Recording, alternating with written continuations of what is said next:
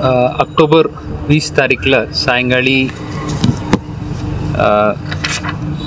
8:30 दरम्यान विजयपूर रोडमध्ये ते नूर हॉटेलच्या पुढे जे घटनास्थळ आहे तिथं एक रॉबरी झालं होतं। त्यात भारतीय न्याय संहिता 2023 कलम 309(6), 311, 3(5) आणि हत्यार कायदा 425 अन्वये विजयपूर रोड जे घटना आहे त्याबद्दल विजयपूर नाका पोलीस स्टेशनला गुन्हे दाखल झाला। आणि त्यात असं जे फिर्यादीला जीवे मारण्याच्या धमकी दिलं, चाकूने वार केलं आणि त्यांना मारहाण केलं आणि त्यांच्याकडून चेन हिसकावून घेतलं होतं आणि इतर जे मारामारीच्या गोष्ट होतं त्यानुसार गुन्हे दाखल होऊन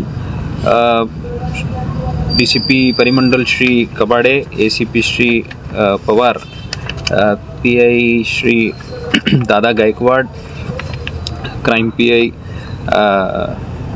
आणि इकडचं DB पथक अशा सर्वांनी मिळून या केसच्या आता डिटेक्ट केलेले आहेत।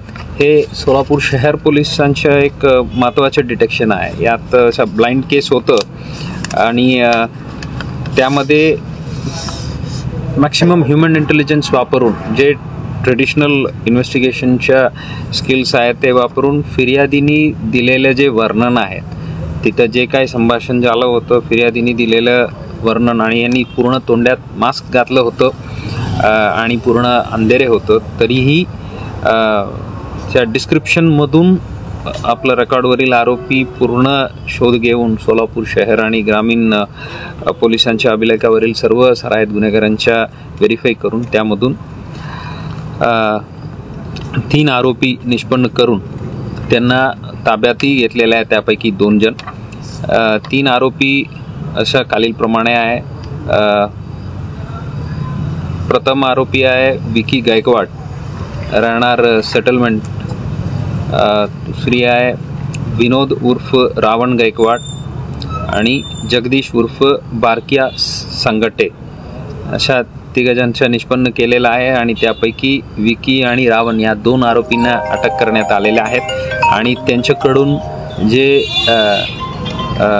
लूट झालेले सोन्याच्या चेन, गुन्ह्यात वापरलेले चाकू आणि ते मोटरसायकल अशा एकूण 1,47,00,000च्या मुद्देमाल जप्त करण्यात आलेले आहेत।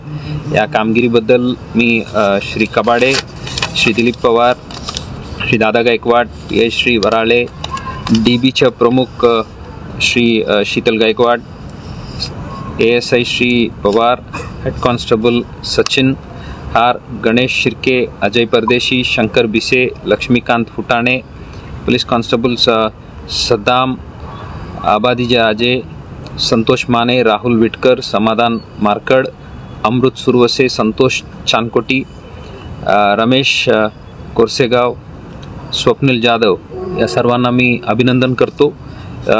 या डिटेक्शनमुळे त्या परिसरामध्ये आणि ग्रामीण पोलिसांच्या हद्दीत पण जे लूटमार होत होतं ते प्रतिबंध होईल अशा अपेक्षा आहे। आणि इंट्रॉगेशन दरम्यान त्यांच्या आणखी एक मंद्रुप पोलीस स्टेशनच्या गुन्ह्याबद्दलही त्यांनी कन्फेशन दिलेले आहेत। त्यांनी संबंधित पोलीस स्टेशनलाही कळवलेलं आहे। तिथून पण आमच्या पोलीस कस्टडी संपल्यानंतर तेही ताब्यात घेणार आहे अशा अपेक्षा आहे।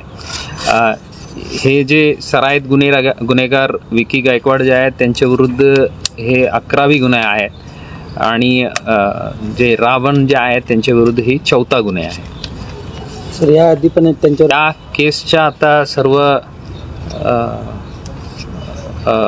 प्रिव्हियस क्राईम हिस्ट्री आता अनालायसिस होत आहे आणि